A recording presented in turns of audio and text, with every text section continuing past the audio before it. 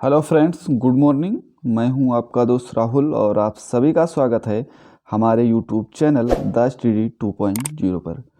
Friends, आज हम discuss करने वाले हैं 9 फरवरी 2024 के 10 मोस्ट इम्पॉर्टेंट करंट अफेयर के क्वेश्चन। तो आप इस पूरे लेक्चर को बहुत ही ध्यान से लास्ट तक ज़रूर देखिएगा। लास्ट में आपसे एक क्वेश्चन पूछा जाएगा जिसका आंसर आपको कमेंट सेक्शन में ज़रूर देना है। और स्टैटिक जीके के कुछ रिवीजन पॉइंट भी लास्ट में रखे गए हैं, तो ये वीडियो लास्ट तक ज़रूर देखें दोस्तों। और वीडियो पसंद आए तो वीडियो को लाइक ज़रूर करें और चैनल पर नए हैं तो चैनल को सब्सक्राइब भी ज़रूर करें। आइए दोस्तों, बात करते हैं आज का पहला और इम्पोर्टेंट क्वेश्चन। आज का हमारा पहला क्वेश्चन है कि पेरिस ओलंपिक 2024 में किस भारतीय को मसाल वाहक के रूप में चुना गया है। तो इसका जो राइट आंसर है Abhinav Bindra. Option number B इसका राइट आंसर है। यहाँ पर देख पा रहे हैं अभिनव बिंद्रा, तो इनको मसाल वाहक के रूप में चुना गया है। ओलंपिक गेम में भारत के पहले ये स्वर्ण पदक विजेता हैं अभिनव बिंद्रा, और इनको 2024 पेरिस ओलंपिक के लिए मसाल वाहक के रूप में चुना गया है। अभिनव बिंद्रा जो है वो 16 अप्रैल से 26 जुलाई तक ओलंपिक जो है मिसाल रिले में भाग लेंगे। और ओलंपिक जो है पेरिस ओलंपिक इस ये 2024 में मसाल रिले जो है वो 8 मई 2024 को फ्रांस में शुरू होगी। तो मसाल जो है रिले जो है वो 8 मई 2024 को फ्रांस में शुरू होगी। और इस मसाल रिले में 10,000 मसाल वाहक इसमें शामिल होंगे। और मसाल रिले जो है वो 400 शहरों का दौरा करेगी। तो ये बात आप याद रखें। अब दोस्तों आइए आप बात करते हैं अभिनव बिंद्रा के बारे में। अभिनव बिंद्रा जो है वो 2008 में बीजिंग ओलंपिक में पुरुष की 10 मीटर राइफल में स्वर्ण में गोल्ड मेडल जीता है। तो 10 मीटर राइफल स्पर्धा में जो है 10 मीटर राइफल स्पर्धा में गोल्ड मेडल इन्होंने जीता है। और अभिनव बिंद्रा जो हैं वो कॉमनवेल्थ गेम में 7 पदक और एशियाई खेलों में 3 पदक जीते हैं। और 2016 में इन्होंने रिटायरमेंट ले लिया है। दोस्तों अब आइए बात करते हैं पेरिस ओलंपिक 2024 के बारे में।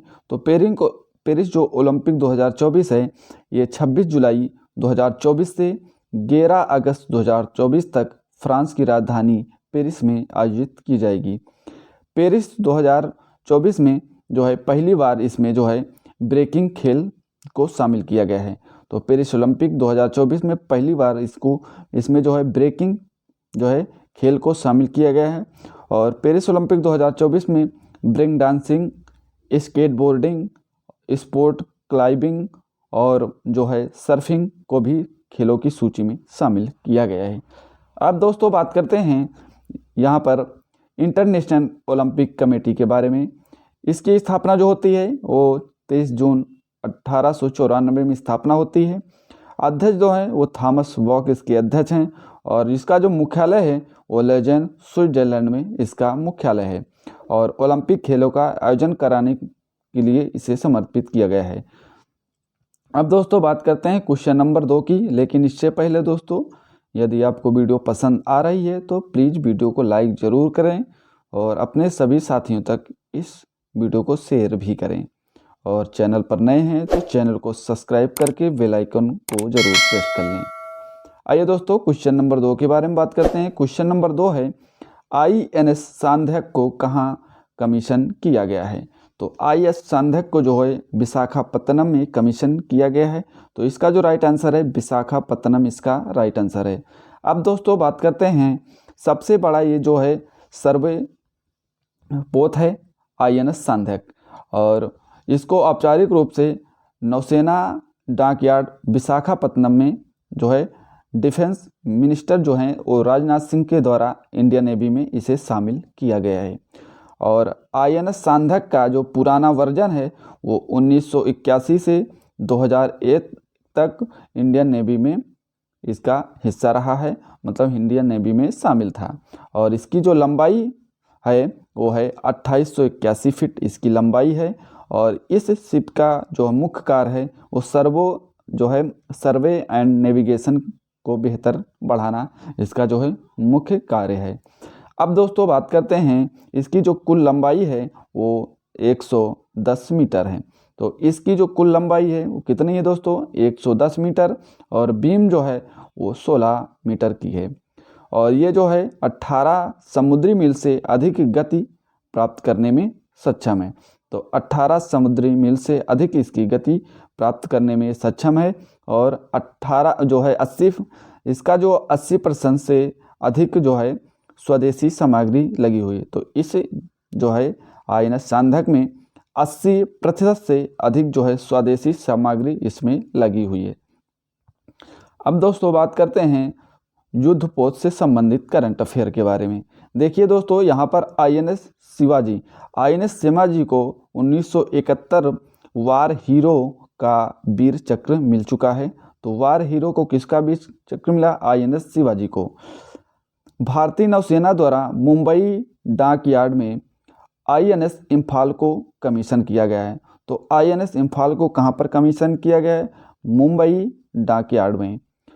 राजनयिक संबंधों को मजबूत करने के लिए INS सुमेधा को मोजाम्बिक के मपूटो में तैनात किया गया है। तो कहाँ पर तैनात किया गया है INS सुमेधा को, मोजाम्बिक में। तो याद रखेंगे।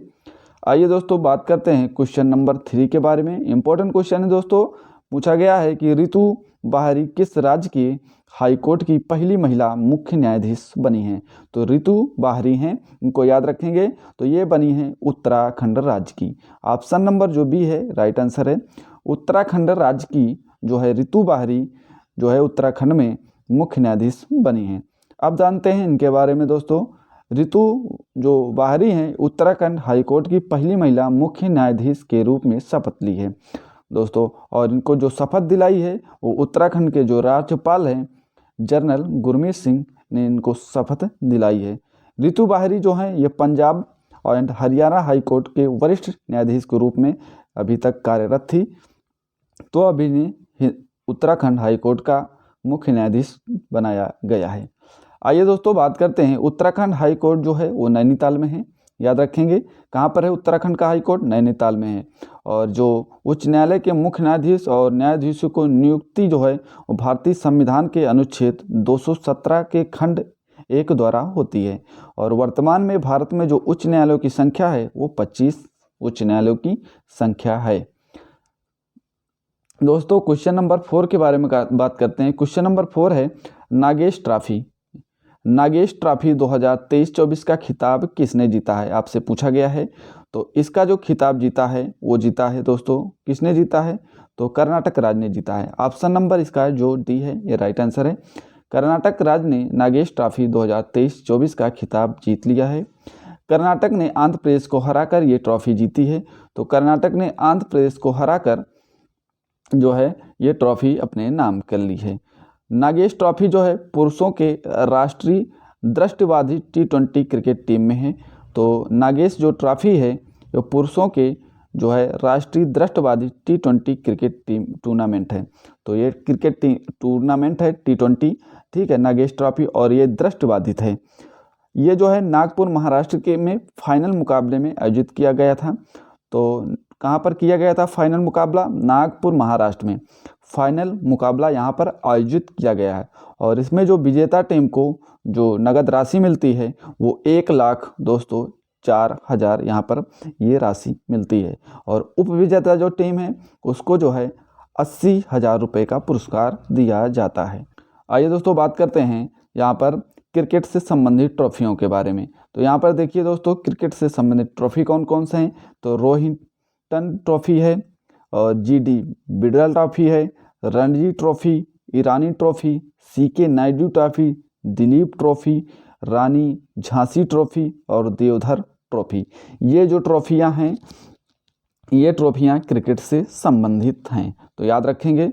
आइए दोस्तों अब हम बात करते हैं क्वेश्चन नंबर 5 के बारे में। क्वेश्चन नंबर 5 है इसरो के द्वारा किस वुमेन रोबोट को अंतरिक्ष में भेजा जाएगा। तो इसरो के द्वारा भेजा जाएगा किस वुमेन को रोबोट को भेजा जाएगा, तो ये आपसे पूछा है। तो रोबोट होगा इसको अंतरिक्ष में जाने वाला। तो ये जो रोबोट का नाम है वो है व्योम मित्रा। ऑप्शन नंबर जो सी है ये राइट आंसर है। तो इसरो के द्वारा वुमेन रोबोट को अंतरिक्ष में भेजा जाएगा जिसका नाम है व्योम मित्रा। ऑप्शन नंबर सी इसका राइट आंसर है। आइए दोस्तों इसके बारे में जानते हैं। ये जो वुमेन रोबोट है एस्ट्रोनॉट ह्यूमनॉइड व्योममित्रा जो है ये इसरो के गगनयान मिशन से पहले अंतरिक्ष में जो है भेजा जाएगा।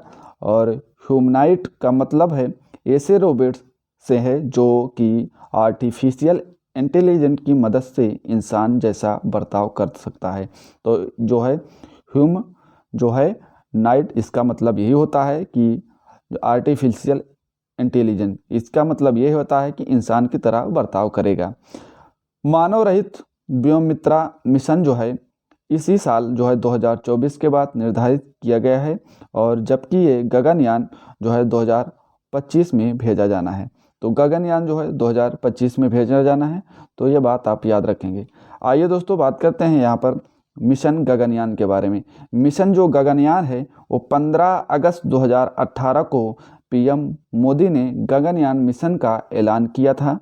और गगनयान मिशन जो है इसको इसरो ने 2025 में लॉन्च करेगा, और यह भारत का पहला स्वदेशी मिशन होगा जिसमें एस्ट्रोनॉट स्पेस में भेजे जाएंगे, जिससे जो है एस्ट्रोनॉट हो वो स्पेस में भेजे जाएंगे। और गगनयान जो है वो 300 से 400 किलोमीटर ऊपर धरती के निचले ऑर्बिट में जाएगा। तो 300 से 400 मीटर ऊपर धरती के निचले ऑर्बिट में ये जाने वाला है, तो याद रखेंगे। अगर यह मिशन कामयाब रहता है तो दोस्तों ये जो है भेजने वाला चौथा देश भारत बन जाएगा। इससे पहले जो स्पेस में जाने वाले जो देश हैं वो हैं सोवियत संघ, जो कि 1961 में गया था। उसके बाद यूएस गया था ठीक 1961 में, और चाइना जो है 2030 में गया था। तो इसके बाद भारत अगर ये सफल रहता है तो भारत जो है स्पेस में इंसानों को भेजने वाला चौथा देश बन जाएगा। अब दोस्तों बात करते हैं क्वेश्चन नंबर 6 के बारे में। क्वेश्चन नंबर 6 है ईसा फाउंडेशन के द्वारा 242 फीट ऊंची आदि शिव की प्रतिमा किस राज्य में स्थापित की जाएगी। तो 242 फीट ऊंची जो है आदि शिव की जो प्रतिमा है वो किस राज्य में आयोजित की जाएगी, स्थापित की जाएगी, ये आपसे पूछा है। तो ये जो स्थापित की जाएगी दोस्तों उत्तर प्रदेश में स्थापित की जाएगी। तो ऑप्शन नंबर इसका जो ए है ये राइट आंसर है। तो ईसा फाउंडेशन के द्वारा 242 फीट ऊंची शिव की प्रतिमा जो है उत्तर प्रदेश राज्य में स्थापित की जाएगी। आइए दोस्तों जानते हैं ये जो है पश्चिमी उत्तर प्रदेश की जेवर में बन रहे नोएडा इंटरनेशनल एयरपोर्ट के पास ये आदि योगी शिव की प्रतिमा स्थापित करने की नागर विमान मंत्रालय ने इसको मंजूरी दे दी है। और ये जो है ईसा फाउंडेशन द्वारा 242 फीट ऊंची प्रतिमा स्थापित की जाएगी। तो किसके द्वारा जो स्थापित की जाएगी? ईसा फाउंडेशन के द्वारा। तमिलनाडु के कोयम्बटूर में ईसा योग परिसर में योगी आदि शिव की जो है 112 फीट ऊंची प्रतिमा स्थापित है। तो कहाँ पर? तमिलनाडु के कोयम्बटूर में। अब दोस्तों आइए जानते हैं इनके बारे में। जो है ईसा फाउंडेशन के संस्थापक जो थे वो थे सद्गुरु जग्गी वासुदेव। और राजस्थान के नाथद्वार में शिव की जो 369 फीट ऊंची प्रतिमा का निर्माण किया गया है, और जिसे विश्वास स्वरूपम के नाम से जाना जाता है। तो राजस्थान के नाथद्वार में जो है वो 369 फीट जो है ऊंची इस प्रतिमा का निर्माण किया गया है, जिसे विश्व स्वरूपम के नाम से जाना जाता है। आइए दोस्तों अब हम बात करते हैं प्रमुख स्टैचू के बारे में। कौन कौन से स्टैचू कहाँ पर है उनके बारे में एक बार जान लेते हैं। देखिए स्टैचू ऑफ सोशल जस्टिस ये जो है भीमराव अंबेडकर की प्रतिमा है, जो कि विजयवाड़ा आंध्र प्रदेश में है। स्टैचू ऑफ इक्वालिटी ये जो है भीमराव अंबेडकर की प्रतिमा है, जो कि मैरीलैंड अमेरिका में स्थापित है। स्टैचू ऑफ वननेस की बात करें तो आदि गुरु शंकराचार्य की प्रतिमा है, जो कि ओंकारेश्वर मध्य प्रदेश में स्थापित की गई है। स्टैचू ऑफ इक्वलिटी ये जो है रामानुजाचार्य की प्रतिमा है, ये हैदराबाद में स्थापित की गई है।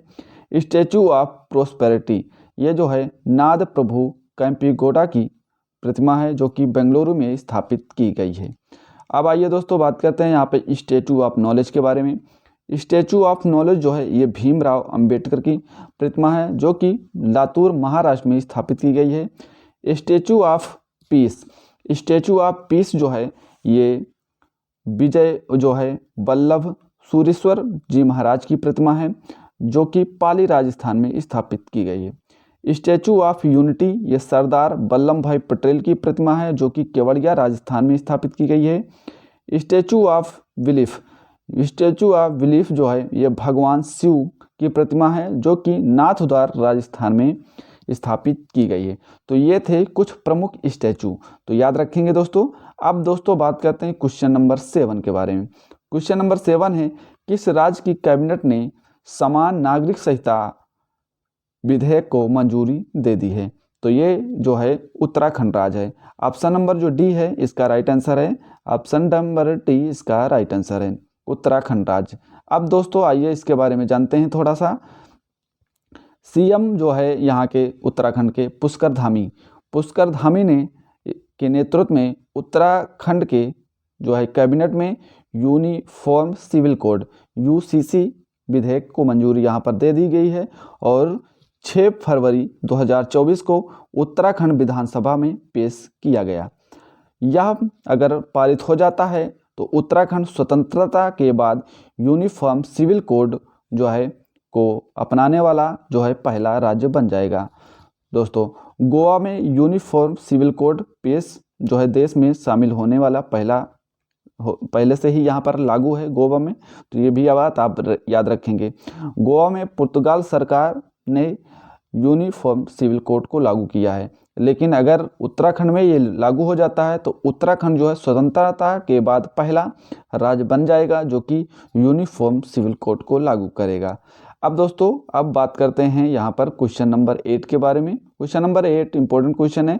आपसे पूछा गया है कि 66वें ग्रैमी अवार्ड 2024 में ग्लोबल म्यूजिक एल्बम का अवार्ड किसे मिला है?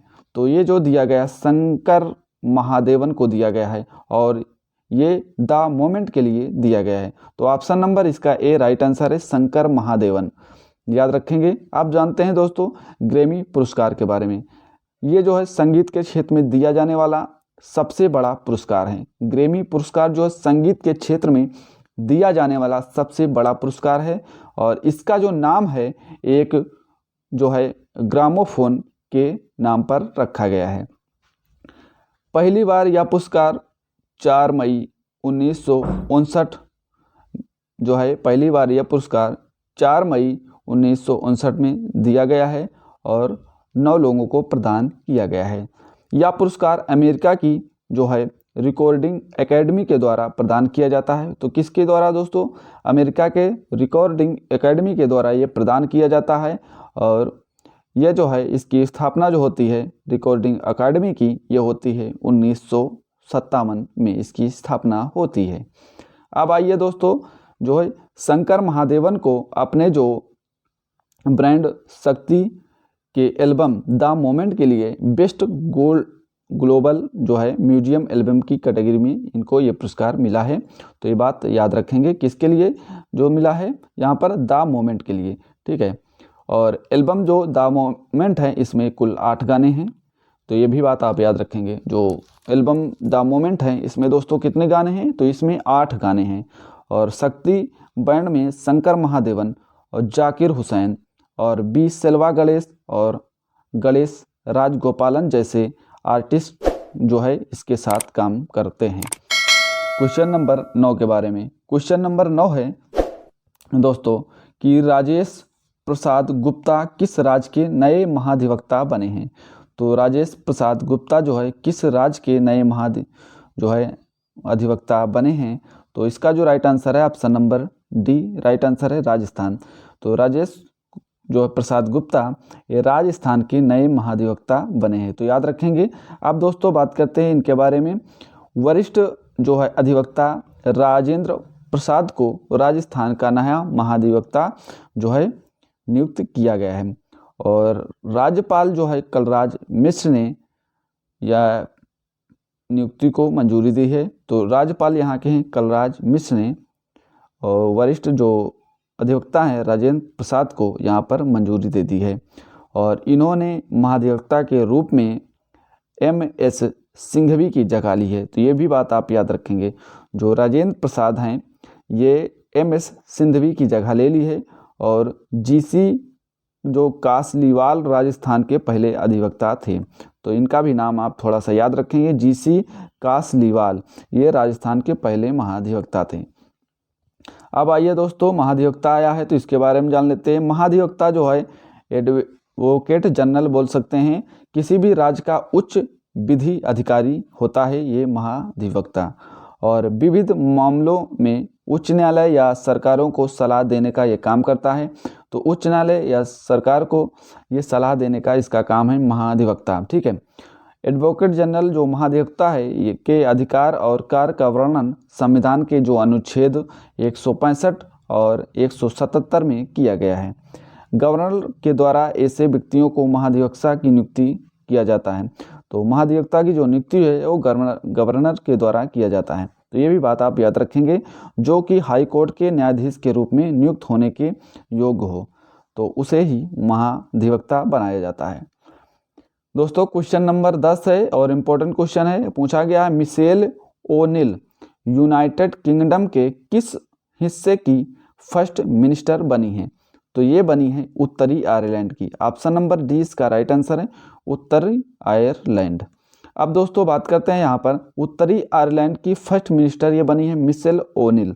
तो याद रखेंगे मिशेल ओनिल जो है वो सिन फेन की नेता हैं। सिन फेन एक राजनीतिक दल है, ये भी बात याद रखेंगे। क्या है? सिन फेन एक राजनीतिक दल है और इसी की नेता हैं जो है मिशेल ओनिल।